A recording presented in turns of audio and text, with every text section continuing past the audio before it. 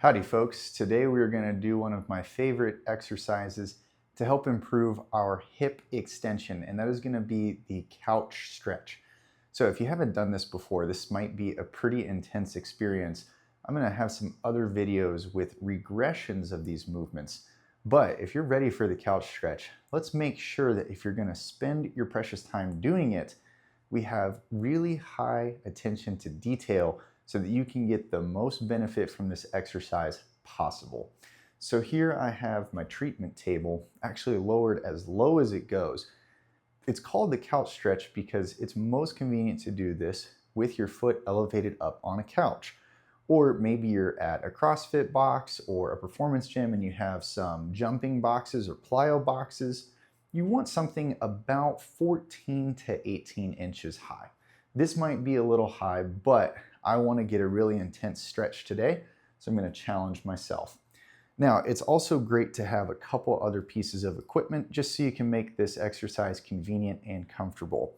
Here I have my trusty 50-degree wedge so that I can have a little bit of assistance with balance, which you'll see what I need that for in a second. And then I also have a kneeler pad.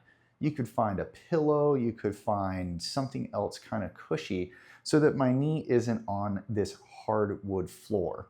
So this is just going to make my knee as comfortable as possible so that I don't get a lot of compression in my kneecap.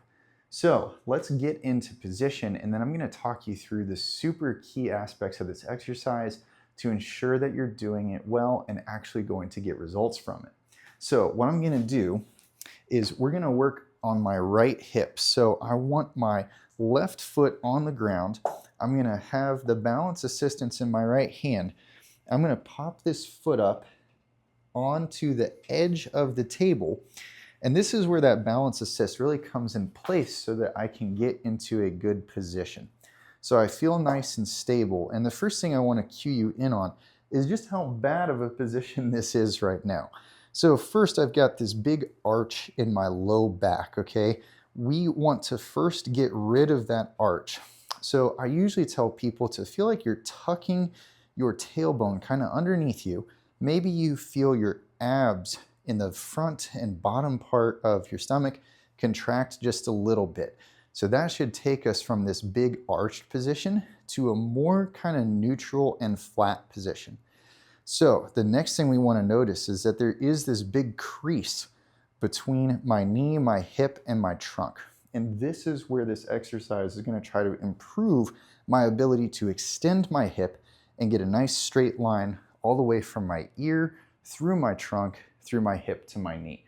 Now, this is my first round of these today, so I might not get there, but we're again going to kind of flatten that low back, set my core in place, and then I'm either going to try to push that hip gently forward or lean my body back. The biggest mistake people make is they push their hip forward by arching their chest forwards. We don't want to do that. I want to keep that good core position and then try to push just my hip bone forward.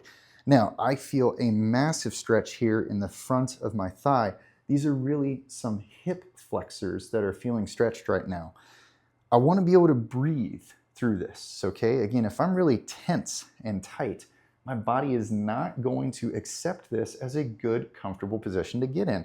It's going to reject that input and say, no, not safe. You're so tense, we don't want to be here. So breathe through any discomfort. To advance this exercise further, what I want to try to do is activate my glutes, my main active hip extensors, on the back side. So again, I'm in a good core and low back position. Push that hip forward.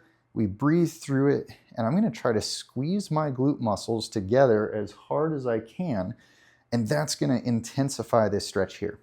What I want to do is hold this contraction for about 5 seconds, still breathing, and then maybe give myself a break, okay?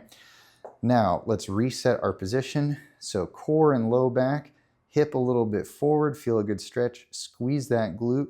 A little bit better this time. I don't feel as intense of a stretch on the front.